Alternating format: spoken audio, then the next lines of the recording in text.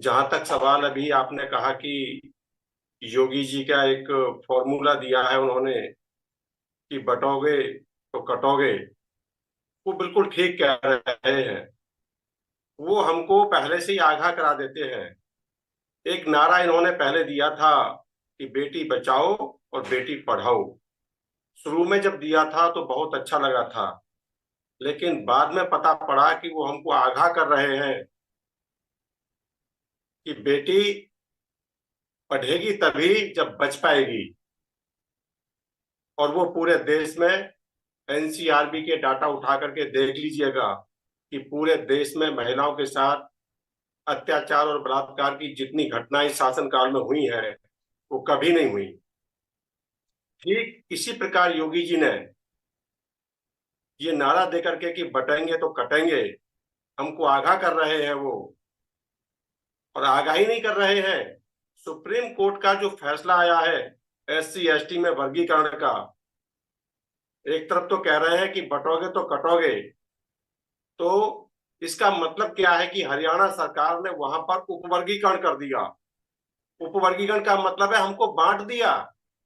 एक तरफ नारा दे रहे हैं कि बटोगे तो कटोगे, यानी कि हमें एक तरफ रहना है, इकट्ठा रहना है, और दूसरी तरफ हमको बांटने का काम कर रहे हैं। देखिए, दरअसल बात यह है कि उनके पास कोई चुनावी मुद्दा बचा नहीं है। कोई चुनावी मुद्दा नहीं बचा।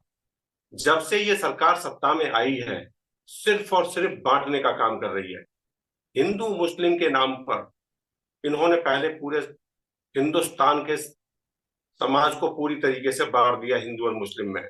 और जब इनको लगा कि हिंदू और मुस्लिम की इनकी ये मुहिम अब भौथरी हो चली है, उसका प्रभाव कम हो चला है, तो इन्होंने फिर जाति के भीतर जातियों को बांट करके, जो अभी जो फैसला आया है वर्गीकरण वाला, तो इन्होंने जाति के अंदर जाति को बांट करके फिर बांटने का काम कर दिया है।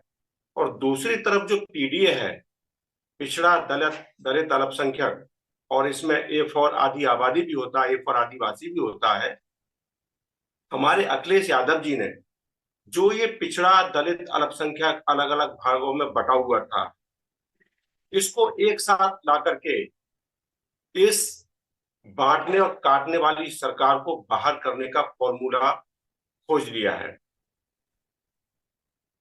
देखिए, पीडीए का मूल रूप से जो नारा दिया गया है, उसका वास्तविक जो अर्थ है वो मूल रूप में पिछड़ा दलित और अल्पसंख्यक ही है। पार्टी के राष्ट्रीय अध्यक्ष जी ने जो ये बात कही है, किसी संदर्भ में कही होगी। कभी कभी क्या होता है, कंडीशनली हमें कुछ बात करनी पड़ती है। जैसे मान लीजिएगा, पिछड़े का मतलब और दलित का मतलब, दलित वैसे कोई वर्ड नहीं होता है, लेकिन क्योंकि बोलने में से आसानी होती है, अनुसूचित जाति शब्द बोला जाता है तो थोड़ा लंबा या थोड़ा सा बोलने में थोड़ा ठीक नहीं लगता है।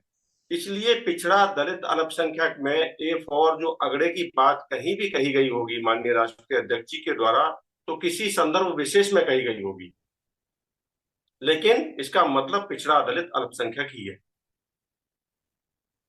देखिए दिनेश जी, वो जिनको बीजेपी ने टिकट दिया है, उनसे पहले ही समाजवादी पार्टी ने पल्ला झाड़ लिया है कि उनसे उनका कोई मतलब नहीं है।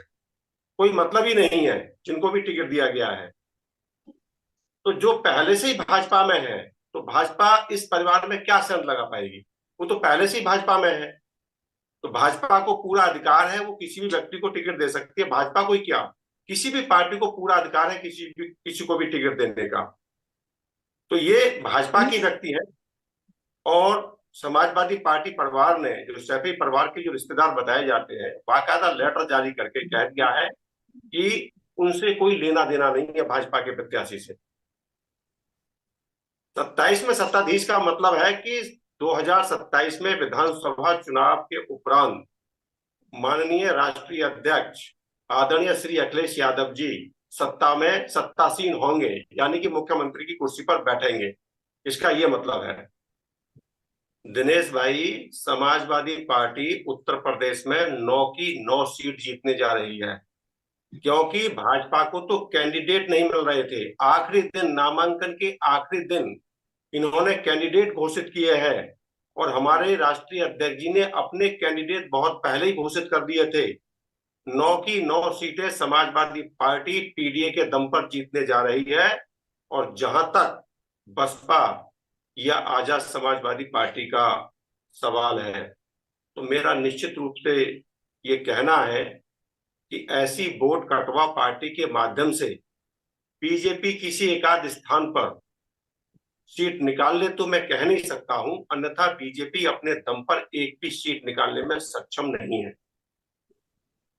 देखिए दिनेश भाई, आप अच्छी तरीके से जानते हैं कि आजाद समाजवादी पार्टी के चुनावी मैदान में उतरने से पहले पूरा का पूरा जो दलित वोट बैंक है वो बीएसपी से जुड़ा हुआ था। जब अकेली पार्टी जिससे हमारा पूरा वोट बैंक जुड़ा हुआ था, 2024 के लोकसभा चुनाव में उसका हाल आप देख चुके हैं कि एक भी जगह वो एक भी सीट जीतने में कामयाब नहीं रही। आप सहज ही अंदाजा लगाइए कि जब पूरा का पूरा वोट एक जगह गया था, तब वो एक सीट नहीं जीत पाए। तो अब ये वोट जब दो भागों में बटेगा, तो क्या किसी भी सीट के जीतने की संभावना आपको लग रही है? दिनेश भाई, आपकी बात बिल्कुल सही है। मेरा ये मानना है कि जब से भारतीय जनता पार्टी केंद्र और इस राज्य की सरकार में आई है, तब से ये चुनाव इन्हीं दो नेताओं के बीच का चुनाव नहीं रहा है, इन्हीं दो पार्टियों के बीच का चुनाव नहीं है, बल्कि आज हालात ये हो गए हैं कि जब तक बीजेपी सत्ता में है, तब तक ये चुनाव संविधान को बचाने और संविधान को मिटाने वालों के बीच का चुनाव बनकर रह गया है। और 2024 का पूरा चुनाव